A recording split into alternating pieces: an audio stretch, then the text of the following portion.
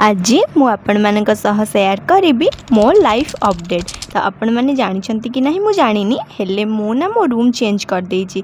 आ C room change बेले मोर सैंडलटा पूरा खराब हो जाता। तो से मु फास्ट पलि आसती गोटे जोता दुकान को गोटे भल जोता नापी। तो ये बहुत सारा जोता देखिली किंतु मो पाद साइज जोता मिलला बहुत कष्ट। तो सहीटा नहीं आसिली आउे मत जिनपतर रखापी भी जगह दरकार थिला आउ टिफिन नापी भी ऑफिस को तो गोटे मोर बॉक्स दरकार थिला।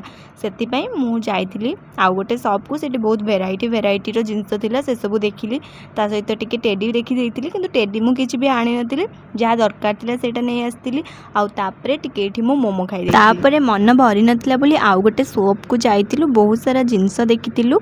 आउ कौन कहबी घरु दूर रे रहबा त मोर अभ्यास हो गलानी मते एति किछि लागे ना। तो ता पर दिन मोर गैस सरी जाइतिला तो एतपई जाइथिलु गैस भरिबा पई। आउ एबे मु वीडियो एडिट करछु ना एबे गैस ही मिलुनी।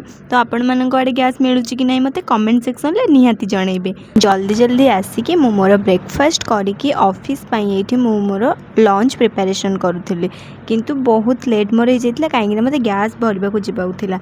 आउ ऑफिस रे पहुंची के आज टिके मु चा पी देइथिली। मु चाहा नॉर्मली पिए ना किंतु टिके हेडाक होतला बोली टिके चा पी देइथिली। आउ तापरे वोमेन्स डे पई हमर गोटे सेला सेमिनार टाइप रो तो सेटा अटेंड कर देइथिली। आउ वोमेन्स डे रे भी गिफ्ट मिलितिला हमको बहुत सारा चॉकलेट मिलितिला।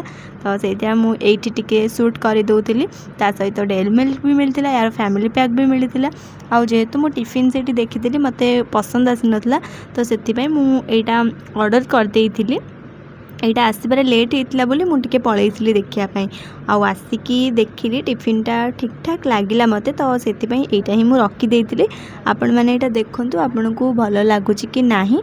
तो यहाँ थिला हूँ ग्लास कहीं मो पाखे एमती स्टील आ प्लास्टिक टिफिन बहुत सारा अच्छी। तो से मुझे फास्ट टाइम गोटे ग्लास टिफिन आनली।